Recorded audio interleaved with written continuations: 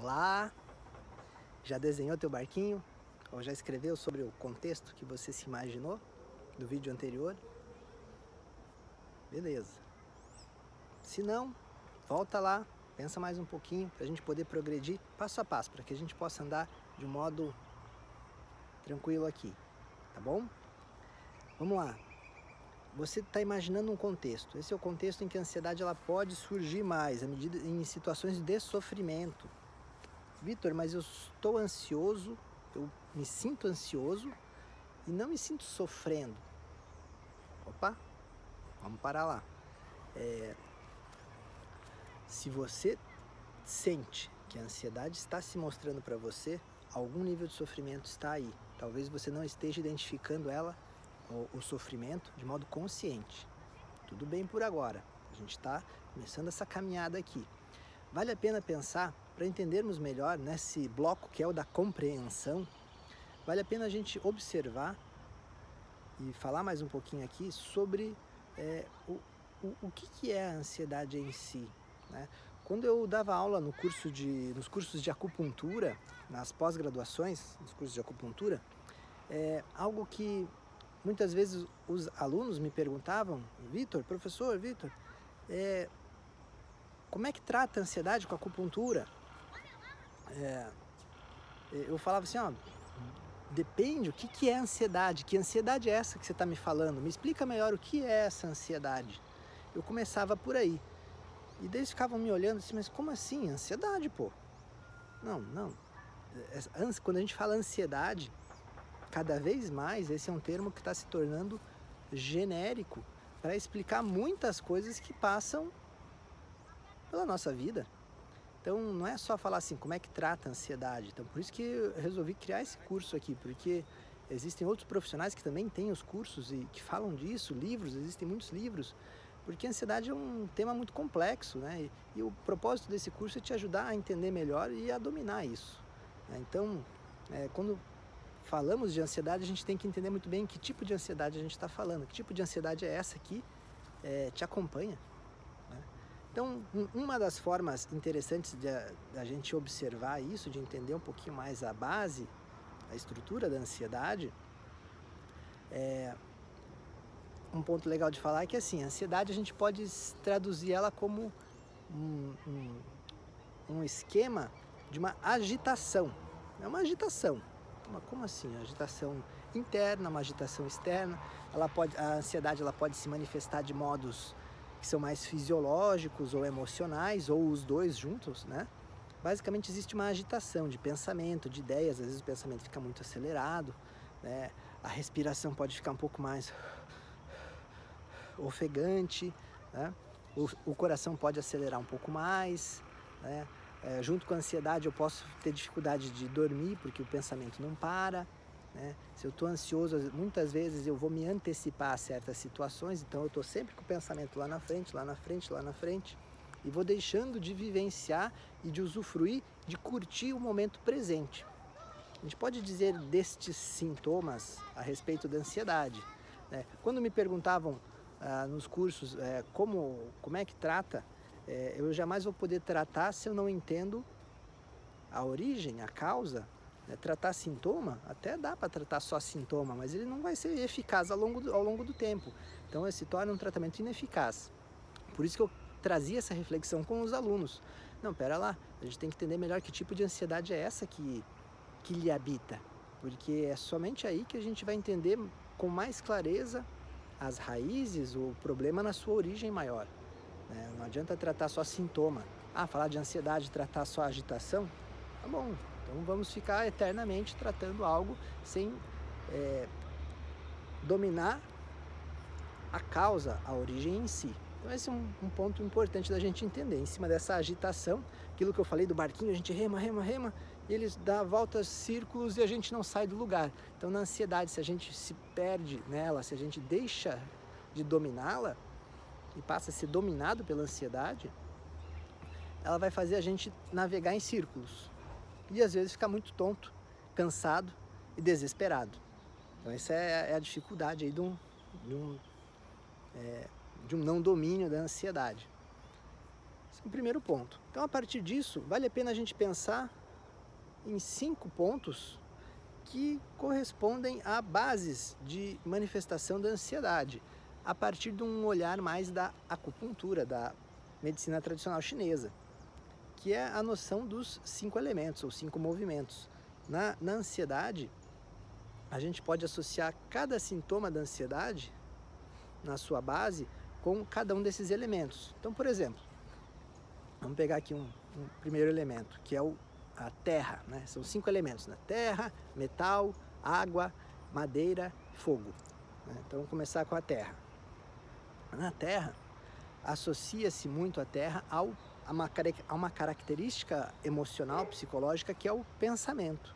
Então, quando a gente pensa, reflete, quando a gente tem um movimento mental, de ideia, de processamento da ideia, a gente está ativando o pensamento. Na medicina chinesa, considera-se isso como uma emoção, né? A emoção do pensamento.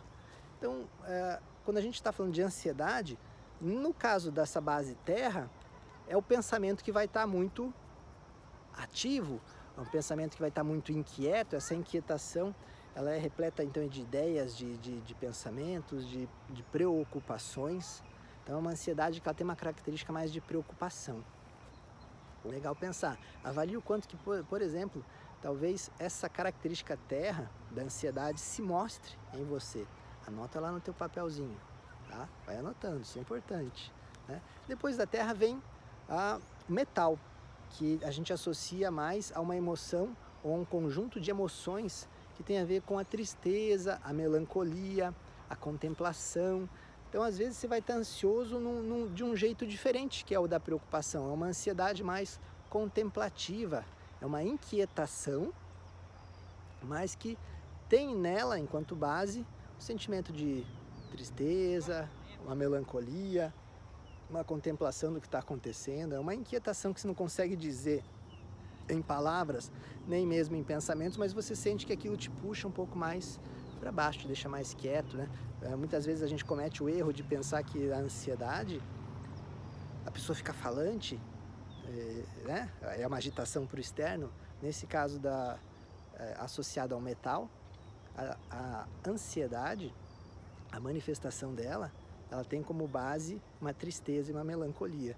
Então, observe se por acaso isso também tem com você, tipo, você é um estilo mais ansioso, introspectivo, na tua, né? Tem uma ansiedade ali que te habita internamente de modo muito intenso, né? Esse é um ponto. O outro, quando a gente sai do metal, vamos então para a água. E na água a emoção que está mais na base diz respeito ao medo e à insegurança. Então, nesse pensamento, nesse raciocínio da ansiedade, alguns vão falar muito da ansiedade focado nesse campo especificamente, né? Da ansiedade enquanto uma agitação para um medo diante do futuro, né? Então, quando a gente teme algo, quando a gente tem uma certa busca por querer lidar mais com os nossos medos, o nosso corpo, o nosso ser interior vai buscar uma agitação maior para antecipar-se ao medo, às inseguranças que a gente tem nessa jornada da vida. De repente a gente está lá no nosso barquinho e olhando lá na frente e mirando assim, pô, ali tem problema, deixa eu acelerar mais aqui. Tá vindo uma tempestade lá na frente, mas eu não sei bem. Então a insegurança e o medo, elas também vão mobilizar mais essa agitação interna. Observe se por acaso esse tipo de modelo de medo e insegurança é o que alimenta a tua ansiedade. Fique atento a isso. Esse é um primeiro ponto. E depois disso a gente pode pensar assim, além da preocupação associada à terra, além da tristeza e da melancolia associada ao metal, além do medo e da insegurança associada à água, a gente pode pensar no nível do elemento madeira, né? Onde a gente tem a ansiedade focada em alguns sentimentos, como o da raiva, como o sentimento da dúvida. São sentimentos que podem alimentar um nível de ansiedade também, né? Então, se a gente pensa na raiva, a raiva parece que é um sentimento que inflama, né? Ele é mais quase que fogo, mas assim, a raiva ela é um sentimento que faz a pessoa ir mais para fora, né? Faz a gente, no que a gente teria o contrário lá na tristeza, na melancolia, uma estrutura mais internalizada, mais introspectiva. Na raiva a gente tem uma expansão, entre aspas, porque muitas vezes você pode vivenciar um sentimento de raiva sem manifestá-la de algum modo. Quantas vezes já não atendi as pessoas que estão lá, você olha, tá tudo certo, de repente você vai e começa a conversar e vem dali de dentro da pessoa um sentimento de raiva muito forte que nem mesmo a pessoa sabia. Então, às vezes, essa agitação interna pode estar sendo mobilizada por um sentimento de raiva, mesmo um sentimento de raiva não identificado conscientemente, né? Então, essa raiva, às vezes, ela vai se tornar uma raiva para a outra pessoa ou uma raiva para mim mesmo. Isso pode ocorrer, é uma raiva que volta para mim, tem que ser observado, né? O quanto que aí tem uma autocobrança, uma punição, um sentimento de culpa, tudo isso faz parte desse sistema madeira, né? Que pode gerar então insegurança, pode gerar então dúvida diante do que fazer a partir dali, porque se eu seguro muito essa raiva, a raiva pede para eu agir, né, que é um para fora, e se eu estou retendo ela, eu vou ficar em dúvida do como agir de fato, porque eu vou estar contrariando um pouco aquele impulso interno, né, e isso vai também me colocar no estado de agitação, de ansiedade, também pode ocorrer isso, né? E um outro ponto, para fechar as 5 emoções associadas à ansiedade, é o fogo, né? Dentro do sistema fogo, temos lá emoções que são ligadas ao prazer, à alegria, à felicidade. Ah, Vitor, pera lá, como assim? Esses não são sentimentos bons? Todos os sentimentos são positivos.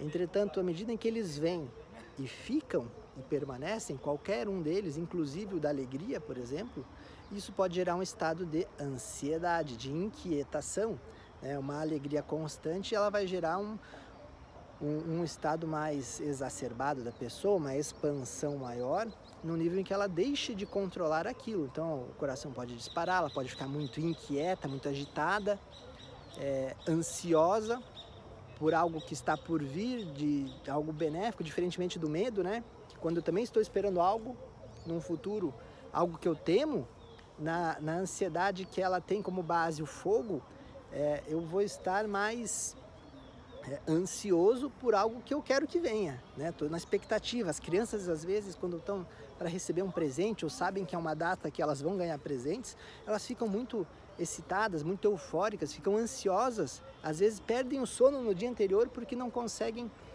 se acalmar em termos de pensamento pelo que elas imaginam que virá no dia seguinte, né? Um aniversário, uma época de Natal e por aí vai. Isso ocorre. Então é uma ansiedade causada por um sentimento de alegria, ela está feliz, porém aquilo tira ela de um equilíbrio, de um estado de tranquilidade, também gera sofrimento.